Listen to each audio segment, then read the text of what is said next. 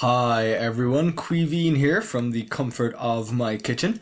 In today's video, we are going to be taking a look at the month of May, and we will be looking generally at the month of May and taking a look at the phases of the moon during different parts of the month as well. If you are interested, just in case you didn't catch a couple of videos ago, the Eta Aquariids are currently running. So we can see here they peak on the 6th of May. So they are peaking on the date that this video goes out. But I do believe that they really hit their peak early this morning. So that's why I made a video about them a couple of weeks or a week ago. If you do want to learn about the Eta Aquariids, you may catch some of them this night as well. They are still running. But if you'd like to learn more about those, you'll have to go back to a previous video. This video is much more to do with the moon, the planets, and the constellations that we're seeing at the moment. So of course we're getting closer and closer to summertime.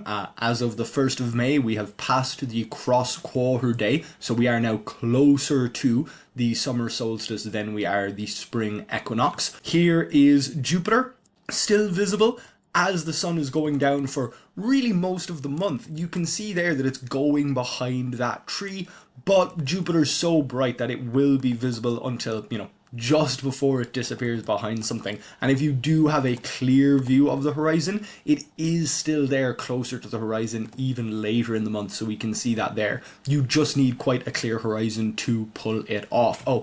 These are the Tau Herculids as well. Those won't be peaking until we get into June itself.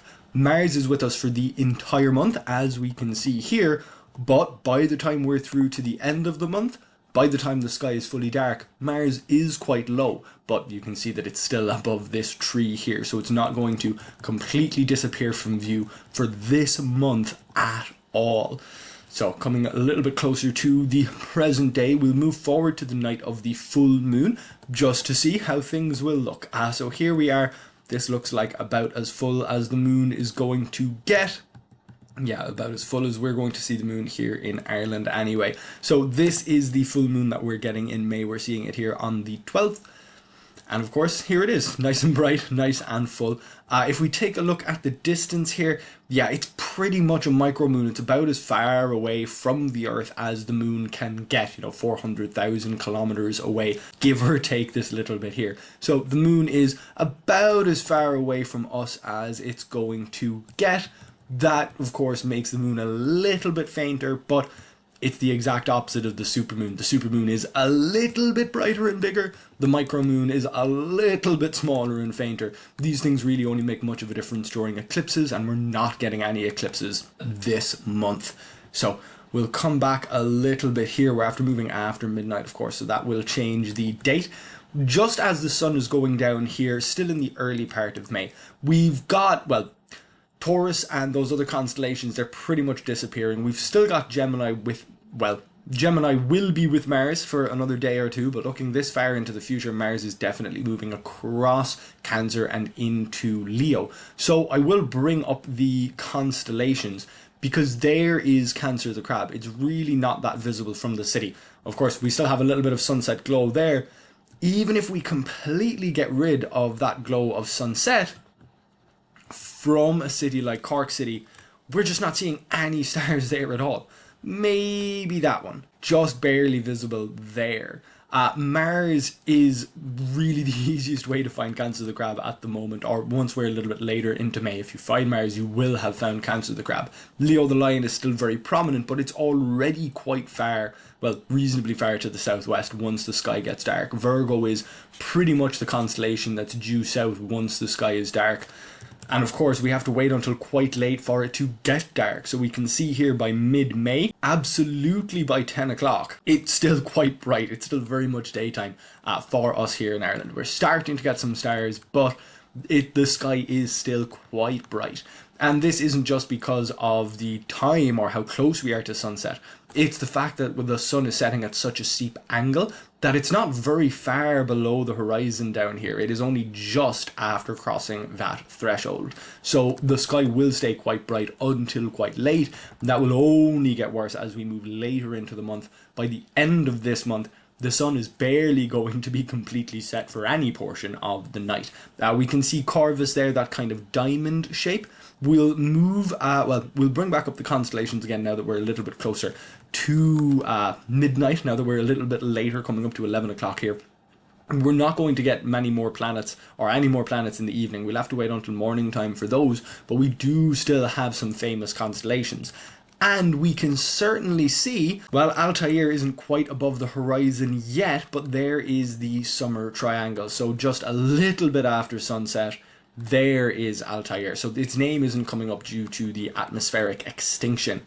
But if we zoom in a little bit, there we go. There's Altair in the Eagle. So the summer triangle, Vega, Deneb, and Altair definitely all above the horizon by the time we're through to, well, midnight. Of course, they'd have to be above the horizon by then. But this is, even though it is midnight, it's also just a little bit after sunset, or just a little bit after the sky gets truly dark. Up here, we've still got Corona Borealis. So Corona Borealis is going to be up in a prominent position. We are still waiting for a supernova in that constellation, which should occur roughly here in the near future. So that is still in the offing. It hasn't happened yet, but we are expecting it to happen. And it is a little bit better that the supernova, if it does happen, happens during this time of year when Corona Borealis is up away from the sunset for plenty of the night. A couple of months ago, Corona Borealis was almost behind the sun. Over winter, over Christmas time, when the sun was here, Corona Borealis was pretty much behind it, and the lead up to that as well. But the sun has now, come almost the whole way around again to the opposite side of this circle of constellations.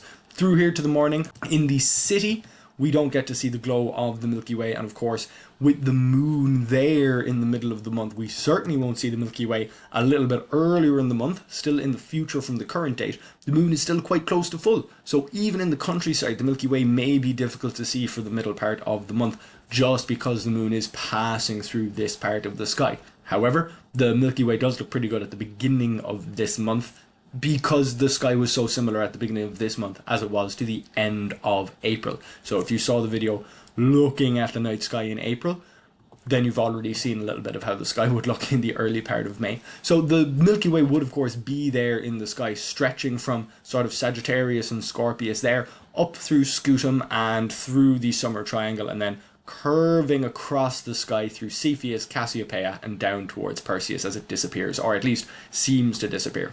We will head out to the countryside, but we'll head back to the early part of the evening first. We'll head back to the early part of the evening and then head out to the countryside with these constellations taken away. Of course, if you get the chance to head out to the countryside, this time of year, because we are so close to summertime, you do have less of the night to enjoy the dark skies. But because we are only in May, you do still get a few hours of true darkness. The glow of the sun isn't yet creeping up over the horizon. But we can see here, there's definitely still a bit of sunset glow. This portion of the sky in the northwest is definitely brighter, even as late as 11 o'clock. It's a little after that it actually disappears entirely. We're left with no sunset glow, definitely by midnight. But of course, it's the middle of the night. Soon, we won't have a truly dark sky even in the middle of the night. We're still quite early in the month here, so the moon is just before turning full, and we can see how full the sky appears. We are seeing some of the stars in Cancer the Crab here, but they don't have a very clear, obvious shape like the Sickle in Leo, or like the two bright stars, Pollux and Castor, in Gemini. Then again, there's Spica, and the shape of Virgo isn't very distinct either, but Virgo is quite a big constellation, and we do have that little rhyme following the handle of the plough or Big Dipper, arcing to Arcturus, spiking onto Spica. Here the moon is quite close to Spica as well. Oh, there was a meteor crossing the sky. Of course, we're looking into the future here, so the Eta Aquariid meteor shower, or Eta Aquariid meteor shower, will definitely be over. But there's still going to be meteors passing across the sky. Meteors happen all of the time, especially in a dark sky. You're just more likely to see them. So we've got the moon there coming up to full. We'll move back just a couple of days, get it out of the way. So there's the Milky Way looking great at about 20 to 3 in the morning. So the Milky Way is definitely very prominent by then, but we have to wait until then for the moon to be out of the sky. And as we come up to the full moon, we can see the Milky Way there disappearing. This would be around the night of the full moon, the Milky Way blocked. And we can see here, as the moon gets less full, it's crossing in front of the core of the Milky Way. So it's still not an opportune position. Here, by the end of the month, you know, we've got the sun coming up at 22:04, so we'll have to move earlier. And there's the Milky Way looking nice at 2:30. Of course, it still looks pretty nice in the countryside, all the way back to as soon as the sky gets dark at around midnight. So there's the glow of the Milky Way. Definitely visible a little after midnight, although we can't see all of the core. All of the core, or pretty much all of the core, is up there by a little after 1, and then the Milky Way stays visible. It's really high in the sky there just as we come to 3 o'clock, and there's Saturn, the glow sunrise. The Milky Way is gone by just 3:45. So we are looking at a really narrow span of time there where the Milky Way is clearly visible, but that span of time will only get narrower and narrower. So we need to enjoy how visible the Milky Way is right now while we can. At the end of the month in the countryside, we've definitely got Saturn and Venus visible. Moving back a little bit closer to the middle of the month here, Saturn is visible in the countryside, but this would be very tough to catch in the city. We have to wait for Saturn to get pretty far from the sun for it to be visible in the city, whereas Venus is easy. Venus is easy to see from the very beginning of the month all the way through to the end. So coming a little bit earlier, or a little bit earlier in the month this way, so we can definitely see Saturn there if we're in the countryside. We'll hop back into the city, and only as far as a city like Cork, and it looks like Saturn is still visible, but barely. It's just barely visible there, and still quite low to the horizon. By the time it's higher in the sky, it vanishes from view and we're left with only Venus. But Venus is at least going to stick with us for the entire month, as long as you're out early enough. So that's a general overview of what we have to look forward in the month of May, when the moon is going to be in which places and how it's going to look from the countryside. I do hope that you enjoyed this video. If you did, please do like it. And if you like this kind of content, then you can subscribe to this YouTube channel to see more. You can also read a little bit of this information on my website, queevinscontent.ie. Thank you very much for watching, and hopefully I'll see you back here next time.